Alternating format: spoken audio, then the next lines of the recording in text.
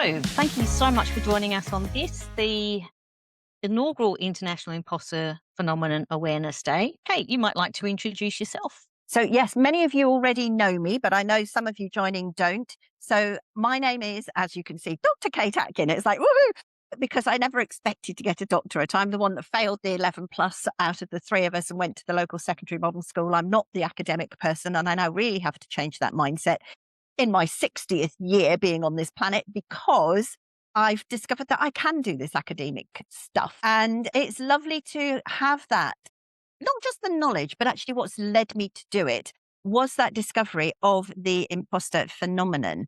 So that's the point where we think we can't do something, but we actually realize we can. So that's a little bit about me. And yes, I have written a book on the imposter phenomenon too.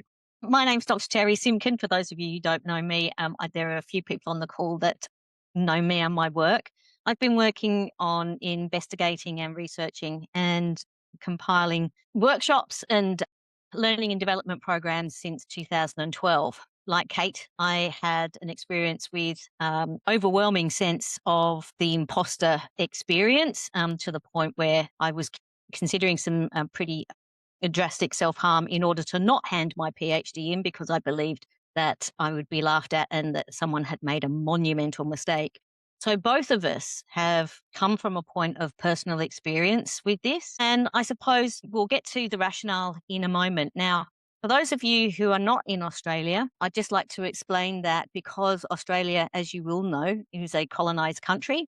I, being British, am very privileged to be able to live in a country that is being shared by the traditional owners of the land. So my acknowledgement of country is coming to you from Lutruwita, which is the traditional name for Tasmania. I acknowledge the enduring sovereignty of the original people, the Palawa and the Muanina people of Hobart down here in Tasmania. I appreciate their compassion in allowing us to share their beautiful country with them. But to get us started, I'd like to explain the rationale for the International Imposter Phenomenon Awareness Day. Both Kate and I have been me probably more than Kate, overwhelmingly frustrated by the mythology, the misinformation, and the disinformation around the imposter phenomenon. Really, what we're trying to do here is to diminish the myths, which we'll talk about in a moment, the misunderstandings around the experience as it is. We know from social media, from the populist media, and indeed I was on the radio yesterday here in Australia, and continually the presenter kept talking about the imposter syndrome, even though I had been there or was on there to talk about why we shouldn't be calling it a syndrome. And so the rationale really is to make sure that we shift the language, we shift the mindset of individuals so that they're not identifying themselves as experiencing the imposter phenomenon if they're not, but also, more importantly, for people who perhaps can't talk about this in a language that they can grasp hold of, and then diminish their experiences. So let's get to some of the big one, the first one, the one that really drives me nuts, is this idea that it is a syndrome. You will have heard it called a syndrome. It's often, identified as the imposter syndrome, and even in academic work, it's often referred to as a syndrome.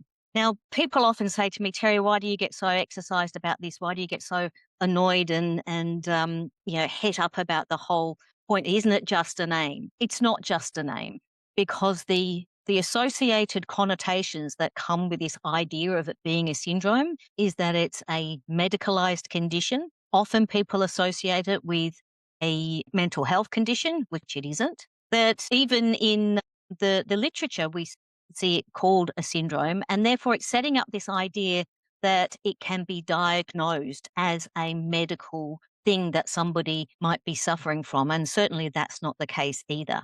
In talking to people in my workshops and the research that I've been doing over the last decade or so, people have told me that because they thought it was a syndrome, a medicalized condition, it actually stopped them from talking about their experiences. And so if something is stopping people, giving them fear of talking about their experiences, then they will not seek assistance. If they don't seek assistance, then they will continue to have what for some people can be quite a debilitating suite of experiences. Now, some of the other myths you may have heard that it's a women's thing, that only women will get this experience. That's absolutely not true either. In fact, the original work was done by Pauline Rose Clance and Suzanne Imes, who called it a phenomenon way back in the 1970s. Their original work was on women in academia, and that's probably where this idea has come from. But certainly since then, since the 70s, research tells us that men experience it, and now there's starting to be work coming out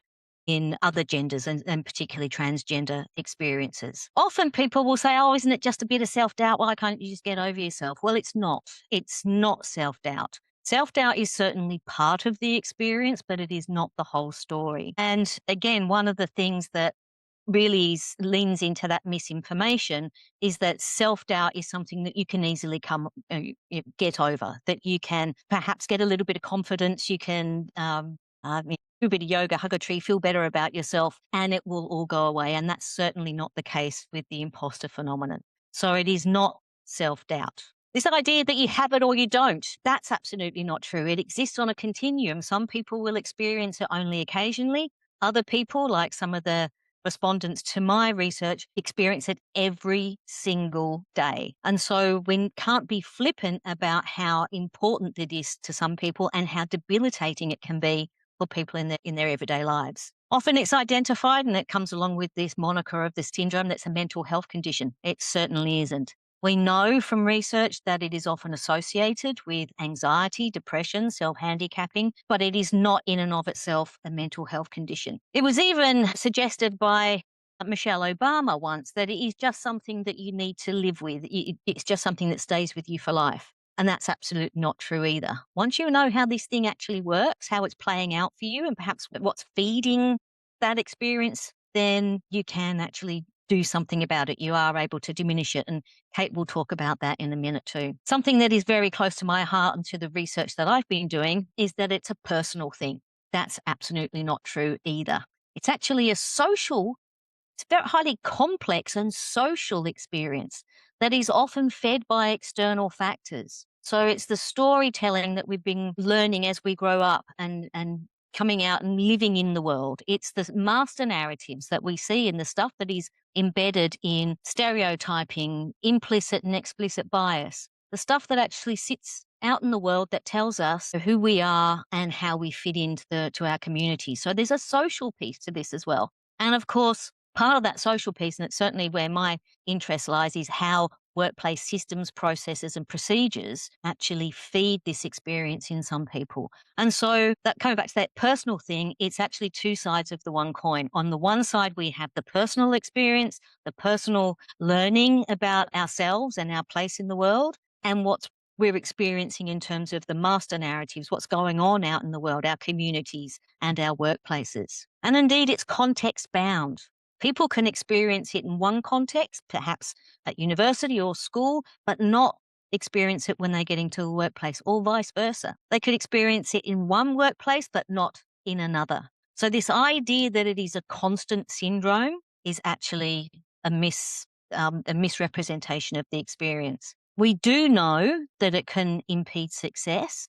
So when we look at some of the bigger issues that people in workplaces face, such as perhaps feeling that they're unable to advance their careers because they're unwilling or unable, or feel that they are unqualified to apply for promotions or different jobs, it really can put a lid on their potential. And that can be really quite damaging to people because they're unable to live into that potential that they might have.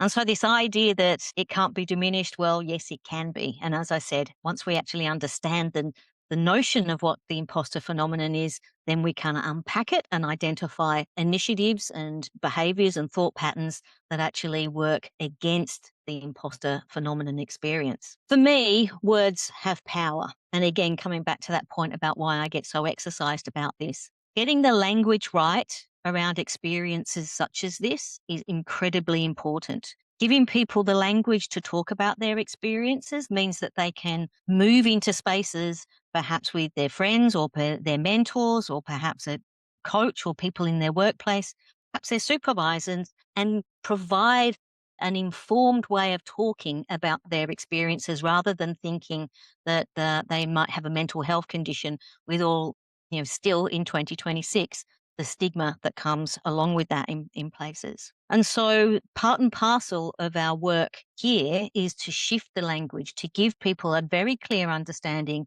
about what the imposter phenomenon is and what it isn't, so that we can start shifting the narrative away from that misinformation and that misunderstanding around what the experience actually is. Words have power. I'll hand over now to Kate to identify some of the things that you can do in regard to minimizing the experience in your own personal life, or indeed being able to perhaps identify it in others and help others overcome the condition as well. I'd just like to say that this is a very, very quick overview. This is a highly complex, incredibly interesting and horrifying experience at the same time. It is a huge topic of inquiry.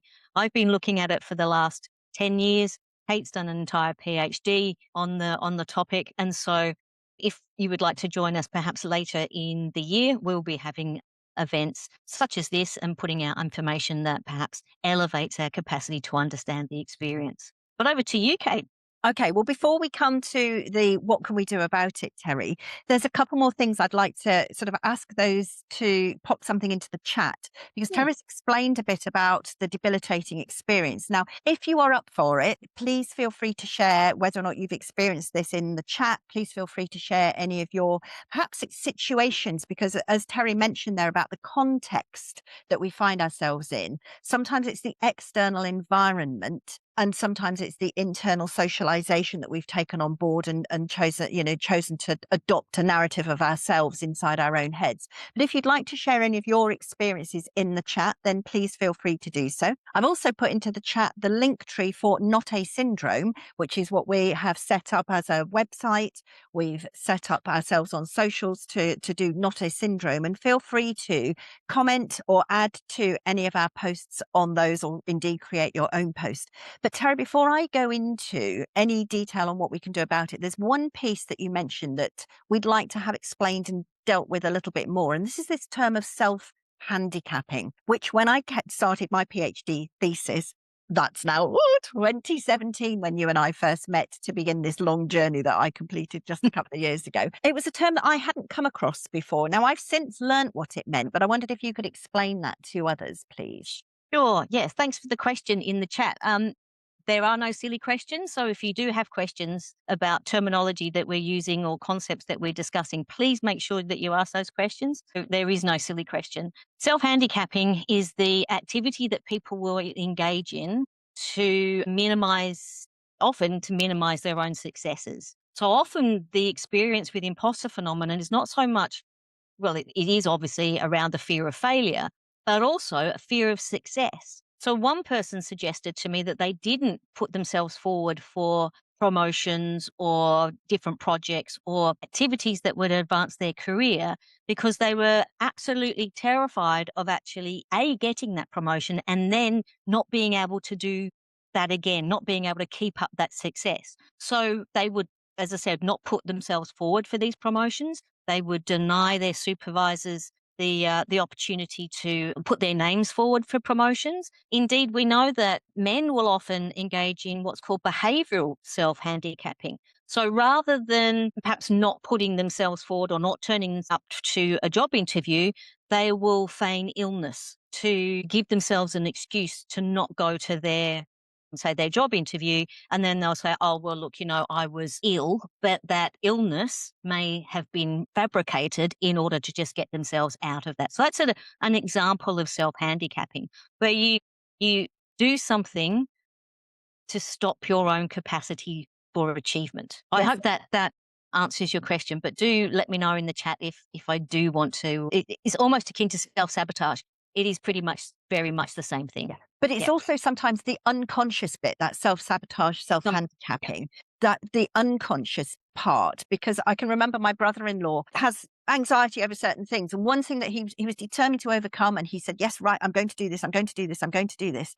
And he booked to do this particular thing. And he ended up getting a huge abscess on his tooth. Now, it was a real abscess, but probably caused triggered by the anxiety subconsciously, and then he couldn't overcome the thing that he was intending to do. So it's an interesting point about the self handicapping and feigning illness. Sometimes the illness is subconsciously created. It's a true illness, Yes. but it's not. It's down to the internal perspective that we have of ourselves.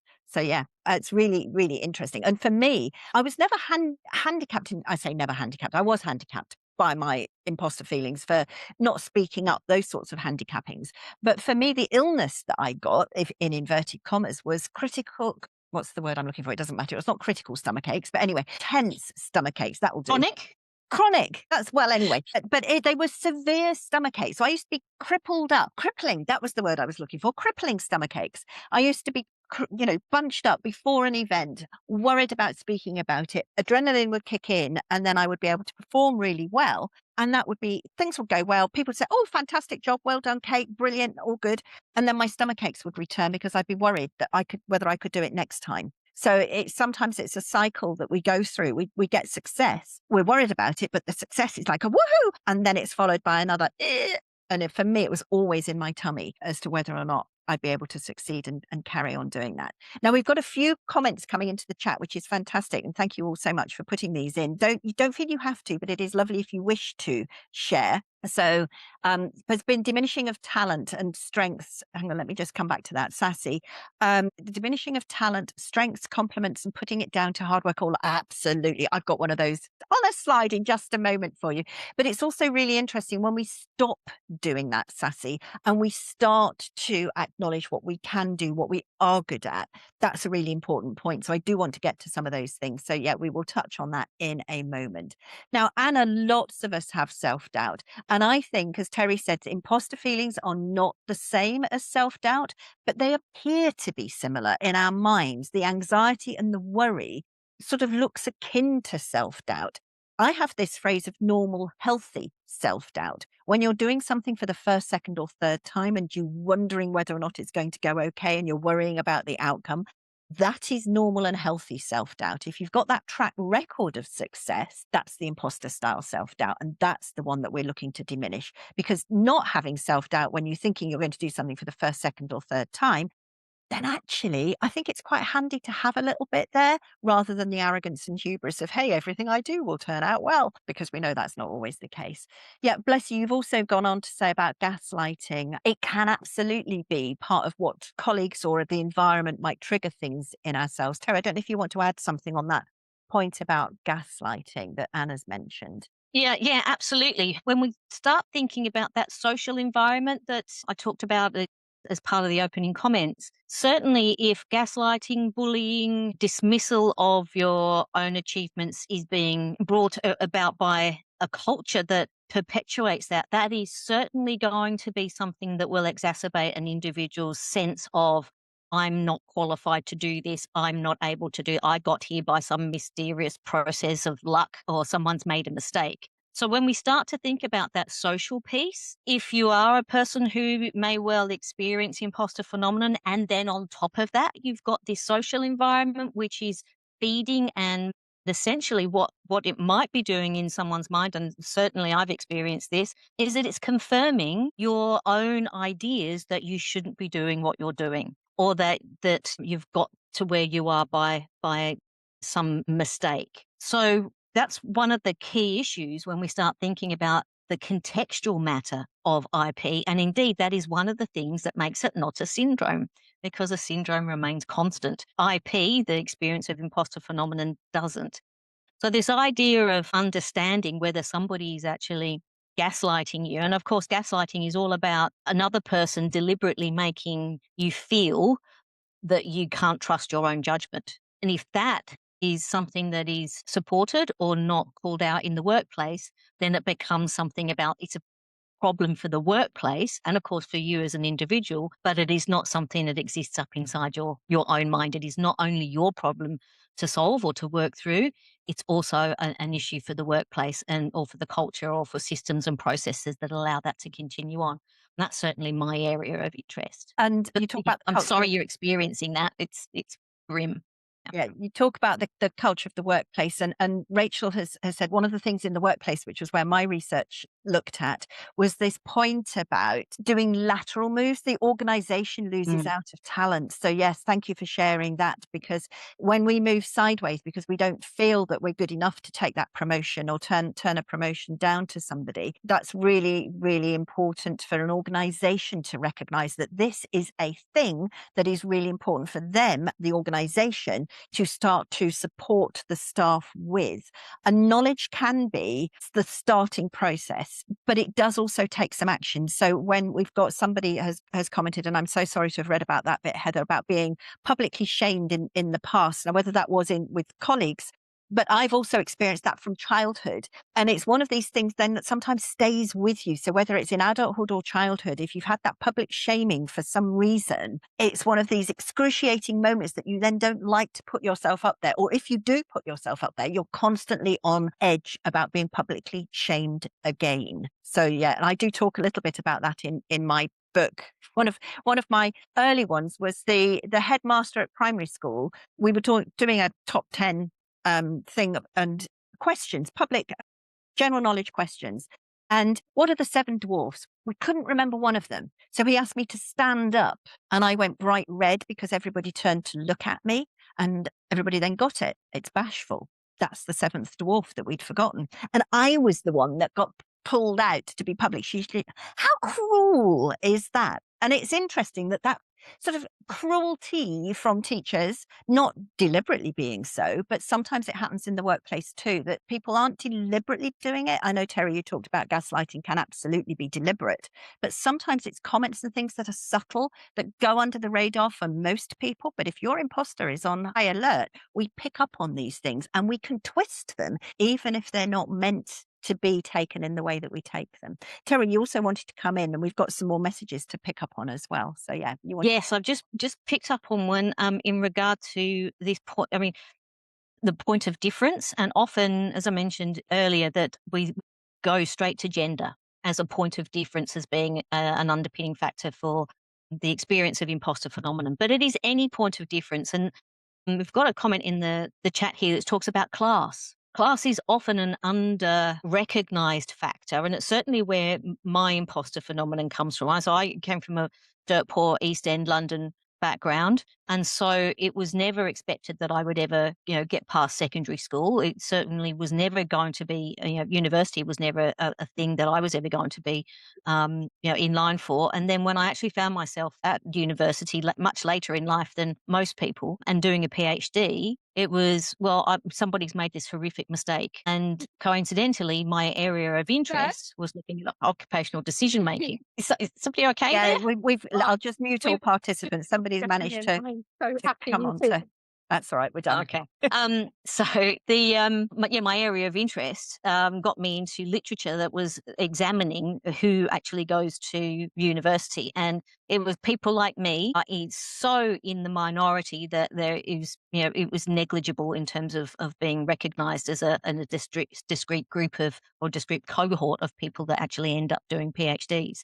And so I had this, not only should I not have been there, but the literature was saying you shouldn't be here either. And so that my point is that there are a whole raft of differences that people find themselves experiencing in the social environment. And that is one platform experience that feeds imposter feelings. So any point of otherness, class, gender, neurodiversity, cultural background, all sorts of things. In academia, if you're coming from a low socioeconomic class, or if you don't have the publications that everybody else has, that could be an issue as well. Yeah, and I might have a So thank you for popping that into the chat. PhD.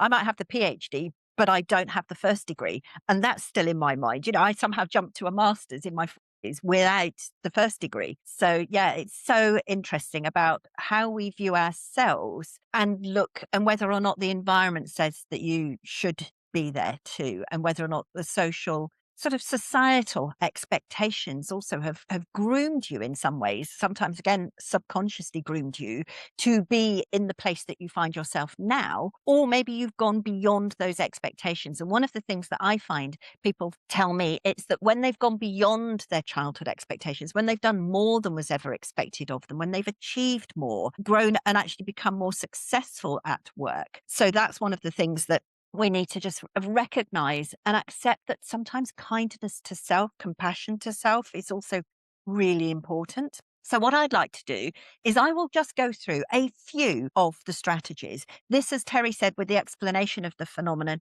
it's a headline, it's an overview. We're not going in depth today. We can, of course, go in depth at another point in time, but I'd like to share with you some of the what you can do about it. So, at least you might start the process for yourselves. So I will share some of those, and then we'll pick up with some more questions that are coming through in the chat. And if there's any that we've missed that you've put in that you haven't had answered by the time I finish, please feel free to either repaste it or unmute and say it, because we will be covering those questions. And we do want to give some time to your comments and your questions as well before we close at 9 o'clock. So if I bring up my slides like this, then we're thinking about what can we do about it? How can we cope with our inner imposter feelings? Well, one of the things that you can start to do is what you've already done, and Terry mentioned at the very beginning, people don't often do.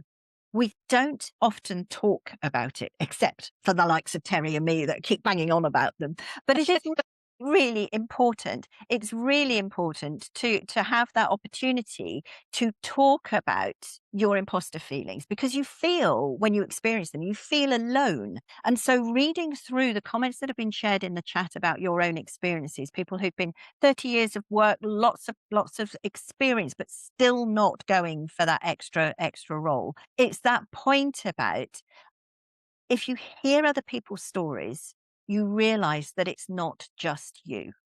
And that was one of the threads that kept running through with my participants in my PhD research. I interviewed 21 people, of which 5 were men and the rest were women. And they were saying, oh, phew, it's not just me then. This may, or one of the other things they started to say was, this may sound weird. And they'd give me a comment or a phrase that so many others had said. And lots of them said, this may sound weird. Da, da, da, da, da. It's like, no, not weird at all. It's normal experience, but we haven't normalized it.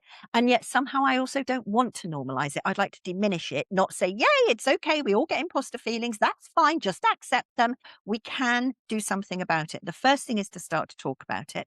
And then thinking about this self-talk, because somebody also popped into the chat about hard work earlier. Well, sometimes our successes we put down to luck. Oh, I just got lucky, just happened to be let into university. Just somehow they've marked my degree wrong and I shouldn't have got a distinction, but I did. So maybe that was luck too. Or it's because we've worked really hard. I've put in extra effort. I've made that effort and therefore I have been successful. Now, luck and hard work have a role to play in success, but there's 3 other things that have a bigger role. So I'm going to suggest that success is partly luck, hard work, and then 3 big dollops of knowledge, skills, and abilities. And it's that bit that we tend to forget, the knowledge, the skills, and the abilities that you have built up over time. And yet we tend to, as has already been mentioned into the chat, we tend to dismiss it when other people acknowledge our knowledge, skills, and abilities. So one of the strategies that you can go away from today, if you don't already do it, is this particular strategy. And this is about internalizing how good you really are. Because what other people see on the outside could well be a truer and more accurate version of you than you see of yourself on the inside. So the external feedback that you have and the positive external feedback that you get, how many of you keep this feedback? I'm just going to launch a quick poll and you can answer yes or no. Do you keep your positive feedback somewhere? So I'll give you a chance just to pop in your answers. We're getting some quick answers coming through and we're almost neck and neck on the yeses and the nos. This is really interesting. So if you keep your positive feedback somewhere, that is fantastic. It is a start, but it is not the end of the story. So I'm just going to share those results with you so you folks can see it. We have 57% saying, yes, woohoo, I keep my positive feedback somewhere, and 43% that are going, oh, I don't share it. I don't keep it even. So, what I would suggest you do, for those of you who are in that no category, is set up a folder. Start your wonderful me folder, your brag file. We've got a smile file just popped into the chat, which is fantastic. Thank you, Susie. Start your smile files. Victoria, I'm coming to that point. I don't believe it though. This is the whole point. You keep it, but you don't believe it. So, this poll that I've just popped up is for those who answered yes. The question is, have you looked at it recently? So you might keep it, but do you review it? And we've got the massive, overwhelming majority coming through answering this particular question to say, nope, I don't. I get it. I keep it, but no, I don't review it. I don't look at it. And it's interesting. We've had somebody else pop into the chat, and thank you for that. It's this point about if you keep it, but it feels like you're reading about a different person, it is actually you, Becky, but you haven't internalized that person. You haven't actually said, oh, okay, that is who I am. That knowledge, that skills, and those abilities are what I can do now. We've got some strategies for this. So, first step, keep the positive feedback. Second step is to start to review it regularly. Because some of you who answered yes, I'm guessing may have reviewed it for perhaps it was a promotion or a presentation that you had to give or a little bit of a confidence wobble on something and you wanted to give yourself a bit of a boost. I'm going to suggest if we truly want to change our internal narrative, and this is the internal bit that we can do, we have control over, is we review that positive feedback and then yes and it. So you review it regularly, not just on the one-off occasions, but every week or every fortnight or at least once a month. This will feel really awkward. This will feel like, ugh, it's difficult. Terri's had toe curling mentioned to her. I've had one person say she wants to go under the table if she gets positive feedback. Absolutely. It's about starting to believe it. So when you review your positive feedback, the third step in this process, I take from the School of Improvisation. It's a yes and, not an but. So we tend to go, yeah, but they would say that. We think it's they're just being kind, they're just being nice, or if it's your manager, it's, well, what do they want? And we get suspicious of the positive feedback. Well, I'm going to suggest you start to yes and it, not out loud, but inside your head. So you're not going, yes and, aren't I wonderful? Thank you so much. What I'm suggesting you do is you go, yes and I learnt X from that situation, or yes and I can see my skill in that situation came to play, or yes and this feedback is a common thread, so it's one of my strengths. So, yes, and it in some way that acknowledges the feedback that you have been given to help to change that internal narrative. So that's the point. Terry's just put into the chat, and you're absolutely right, Terry. Thank you for adding this so people can read it about the way in which we feel and internalize it in our bodies. The point about being uncomfortable, it is a very useful habit to get into, feeling comfortable with that uncomfortable feeling. And one of the things that I think it also takes is courage, because sometimes what we need to do is it takes courage to accept the positive feedback. It takes courage to own it. And one of the parts of my research was around psychological courage. And what if you updated the view of yourself to one that is more positive and more accurate? And my participants couldn't think of a time when they had done so. But it's certainly something that I believe, and we're yet to get full academic research grounded in evidence to say it will work. But I do believe that if we do this updating, it can help. So we need to take time to reflect. We need to take some time out. And this morning, you guys have taken some time out to be with us, and we're hugely grateful to explore this narrative. But taking time out to reflect, take time out to look at that positive feedback. And then there's a big stop. Because what you can do with the positive feedback is going, yeah, but it's not as good as so and so's. Ah, yeah, but, it didn't match up to their standards. Take time out and compare yourself to yourself. So stop comparing yourself to others and start to look at what have you learned this week from last week? What skills have you developed from this time last month to now, or this time last year to now? You will have learned a huge amount, but we don't often stop because our imposter feelings say we've got to carry on, we've got to keep doing, we've got to know more and learn more and learn more. So we keep going and keep going and keep going, and we don't do the stopping, pausing, reflecting and updating of ourselves. So that is one of the things that you can also do.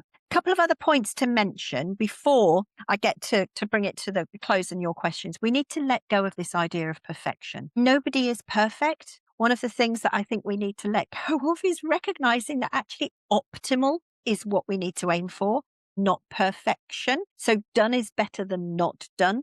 Good enough is good enough. All of those mantras are great, and you can start to tell yourself those, but also it's trying to believe it in here. So work to that 80% rule. Send out a draft, test the waters, let people know this is my current thinking. It's not quite finalized yet, but what do you think? And then you will realize how much really needs to be changed rather than perfecting it, sending it out and then going ouch internally when somebody does spot that spelling mistake that you had missed. And then we could do with reframing failures. We could do with changing the word failure to learnings. So, what did I learn from that situation? Because sometimes imposter style thinking can mean when something goes wrong, we internalize it and go, I am a failure. Whereas in actual fact, it didn't work. What did you learn from it? And then for many of you who've joined us today, you may well be looking at how to support others. So, a very quick heads up on this: stop telling them how amazing they are and start to help them understand where their thinking comes from. So if you are wanting to support or coach somebody who has imposter feelings, then these tips might be useful. So ask them some questions rather than give them, what, you? I'd never have thought of you as an imposter. You're doing an amazing job. That does not help. But ask, where do these feelings come from? What impact are they having? What evidence do you have that supports those feelings? And I personally think that is a really important question to ask first before you ask for evidence that contradicts them. Because when we look at being contradicted inside our heads, we're going, no, no, no, you haven't heard me properly. So actually ask, what evidence do you have that supports those feelings? Then what evidence do you have that contradicts them? And also, what makes those feelings worse or better?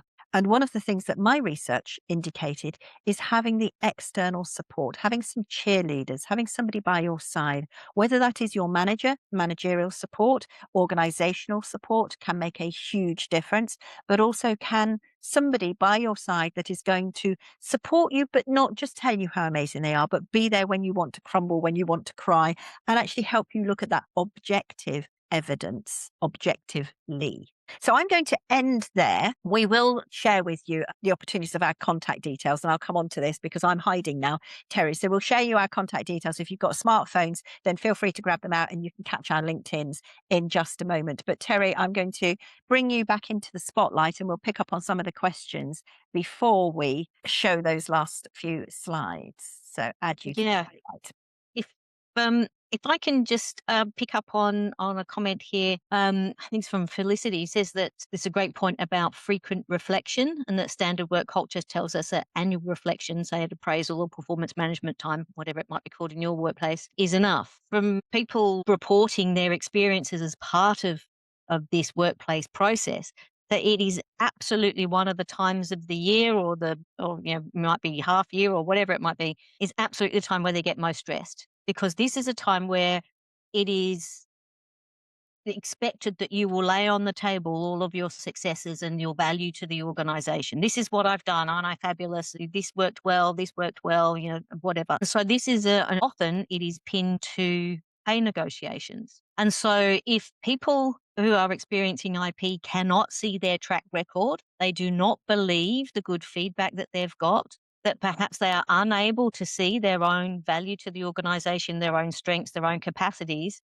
then it is doubly difficult, probably almost impossible for them to articulate that in a performance management review or an appraisal. And so when we start looking at this as a social and a workplace issue, we see that people who are unable to articulate those things will routinely be not in line for promotions, not offered opportunities elsewhere, and in some cases, and it was evidence from my research, walk away with lower bonuses or not receive the same sorts of remuneration uplift that their colleagues might. So when we start, and now you're sort of perhaps getting a bit of a gist of why I actually think that the imposter phenomenon needs to be put into a space where it can be properly understood, because it is not just something for the individual to worry about. When we start thinking about diversity and inclusion, I've got an interest in women being elevated into more senior roles. If this is an issue in a workplace, then it can prevent people who are absolutely qualified, absolutely able and competent and with a suite of capabilities advancing. Because in one small, or what you could perhaps suggest as one small system or process in an organization, they have a huge impact on not only the individual, but also on productivity, EDIB, so equity, diversity, inclusion and belonging, and a whole raft of other things such as gender pay gaps as well. Thank you for bringing that up. One of the other things I want to pick up on there, Terry, about the organizations and goes all the way back to this term of self handicapping, because one of the other things from a self handicapping point of view is we procrastinate, we miss deadlines. And therefore, we stop producing the work. I've spoken to many people in organizations who now believe that they have lost talent because of that self handicapping. And they were actually performance managing people out, even though they knew they could do the job. They'd got the knowledge, the skills and the capabilities. They just were not performing. And they're now wondering, obviously they can't go back to those particular individuals, but they're now wondering whether it was the imposter feelings that were causing, or at least somewhere in the mix of enabling that you're not performing at work to happen. Because if you perform really well at work, you're up for promotion.